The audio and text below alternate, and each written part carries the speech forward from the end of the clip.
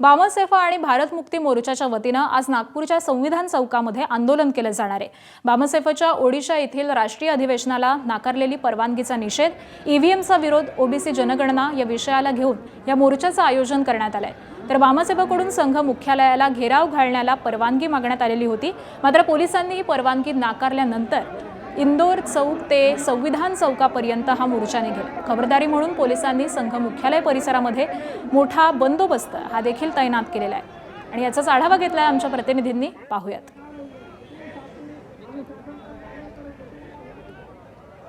भारत मुक्ती मोर्चा व बामसेफच्या वतीने आज नागपूरमध्ये वेगवेगळ्या विषयाला घेऊन मोर्चाचं नियोजन करण्यात आलेलं आहे। साधारण 11 वाजता या मोर्चाला सुरुवात होणार आहे इंदोरा चौकातनं आणि संविधान चौकामध्ये हा मोर्चा येणार आहे। मात्र या मोर्चाच्या परवानगीच्या वेळेस राष्ट्रीय स्वयंसेवक संघाचा घेराव घालण्याची त्यांनी मोर्चासाठी परवानगी मागितली होती, मात्र पोलिसांनी ती नाकारली। जरी मोर्चा हा दुसऱ्या स्थळी होत असला तरी या संपूर्ण संघ मुख्यालय परिसरामध्ये पोलिसांनी खबरदारी म्हणून कशाप्रकारे बंदोबस्त वाढवल्याचं आपल्याला पाहायला मिळत आहे। बडकत चौकातलं हे दृश्य आहे।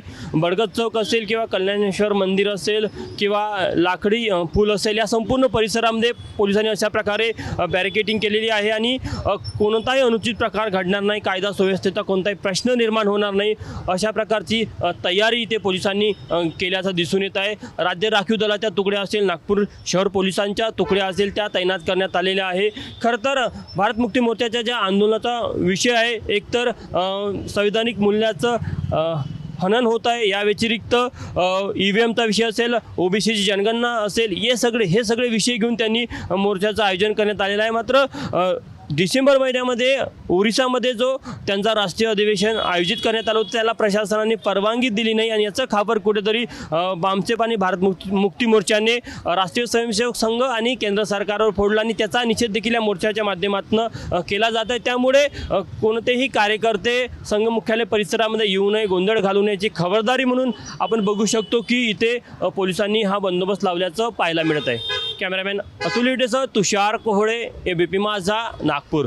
भारत मुक्ती मोर्चा आहे, त्यांना जी परवानगी दिली आहे ते इंदोरा चौक ते संविधान चौक या ठिकाणी दिलेली आहे। परंतु इकडे या कोतवाली डिव्हिजन किंवा कोतवाली पोलीस स्टेशनच्या हद्दीमध्ये जे आपलं संघ कार्यालय आहे, तर त्या ठिकाणी हा मोर्चा यांना परवानगी दिलेली नाही आहे, पण त्यांनी येऊ नये म्हणून आम्ही खबरदारीसाठी या ठिकाणी बंदोबस्त लावलेला आहे। या ठिकाणी येणारे रस्ते बरेच आहेत, त्यामुळे आम्ही प्रत्येक ठिकाणी बॅरिकेडिंग टाकून आणि आमचे पोलीस डिप्लॉय करून त्या ठिकाणी आम्ही सुरक्षितता बाळगत आहोत। एबीपी माझा, उघडा डोळे बघा नीट।